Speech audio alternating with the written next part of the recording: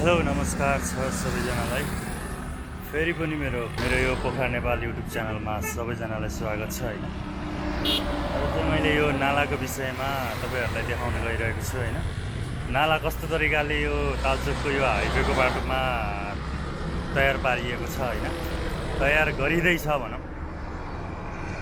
म चाहिँ ठ्याक्क अहिले यो पश्चिमाञ्चल पेट्रोल पम्प भन्दा थोरै तलपट्टि छु हैन।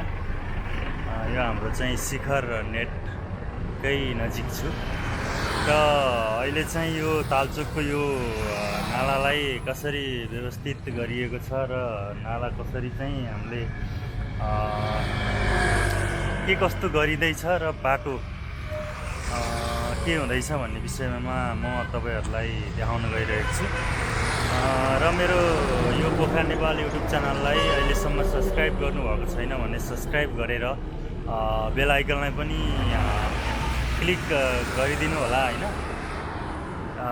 र नयाँ अपडेट तपाईहरु सामु मैले अपलोड गर्ने बित्तिकै तपाईहरु सामु चाँडै आउँदै गर्नेछ हैन भन्दै म तपाईहरुलाई सर्ट यहाँको चाहिँ बाटोदेखि लिएर नाला के कसो भइरहेको छ भन्ने म तपाईहरुलाई सर्ट देखाउँछु है।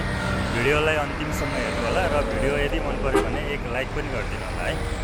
ल मैले चाहिँ अहिले यो ठ्याक्क पोखराबाट आउने बाटो हो यो हैन, पोखराबाट आउने वे हो र यहाँको चाहिँ नाला चाहिँ अहिले यस्तो किसिमले बनिरहेको छ हैन, व्यवस्थित तरिकाले बन्दै आएको छ। र जुन मैले तपाईहरुलाई यो यता छेउपट्टिको बाटो देखाइरहेको छु भने यो चाहिँ अब सिधा यसरी तल गयो भने चाहिँ तपाईहरुको उता तालचोक पुगिन्छ हैन। तालचोकबाट चाहिँ सिधै तल गयो भने चाहिँ हाइवे तल काठमाडौँ जाने वे भयो भने चाहिँ उता तनहुँतिर भयो, दोलेगाउँडा कोत्रेको बाटो जाने भयो भने चाहिँ यो जुन अहिले तपाईहरुले यो त्यहाँ एउटा ट्याक्सी पार्किङ गरेको देखिराख्नु भएको छ, यो पनि तपाईहरुको चाहिँ पिच हुन्छ हैन। पछि यो पनि तपाईहरुको पिच हुन्छ। अहिले चाहिँ मेन अब हाइवे त यो भयो है, म तपाईहरुलाई देखाउँछु हैन। हाइवे यो भइहाल्यो र देख्न सक्नुहुन्छ है। अब उता पोखराबाट आउने बाटो भयो भने चाहिँ अब यता तल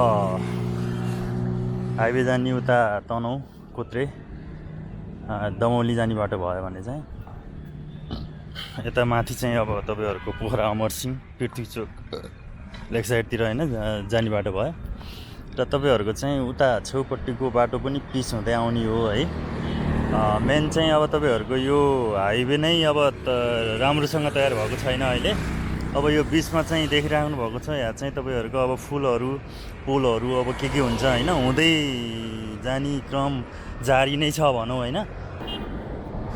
गाडी आइरहेको छ, म तपाईहरुलाई उतापट्टि पनि गएर देखाउँछु हैन।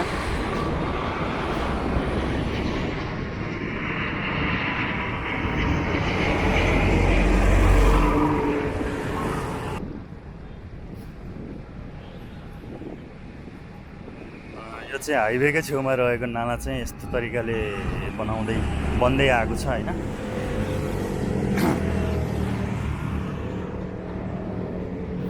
अब उतापट्टि चाहिँ अब घर भत्काउँदैछ। अब बाटो लेखाएको घर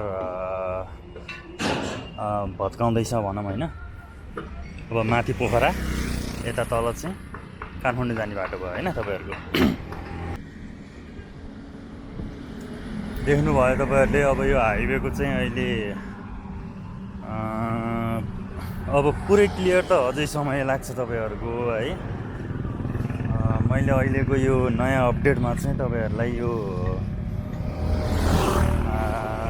बाटो र नाला के कसरी हुँदैछ भन्ने मात्र देखाए है। जुन तपाईहरुले उताबाट गाडी आएको देखिराख्नु भएको छ त्यो पनि तपाईहरुको पिच हो हैन। त्यो लाइन एउटा भयो र यो लाइन चाहिँ अब दुईटा भयो।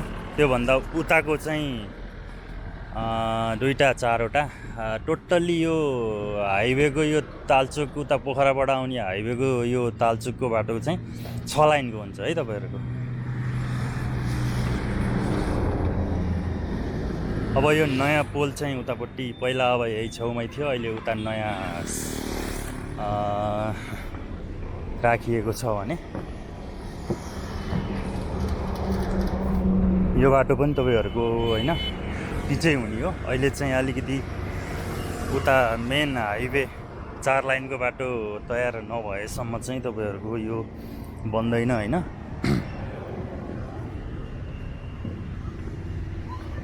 ल साथीहरू, मैले तपाईँहरूलाई अहिलेको नयाँ अपडेट भनिसकेँ, देखाइसकेँ होइन। अब फेरि म तपाईँहरूलाई बिस्तारै बिस्तारै नयाँ अपडेट देखाउँदै जानेछु होइन।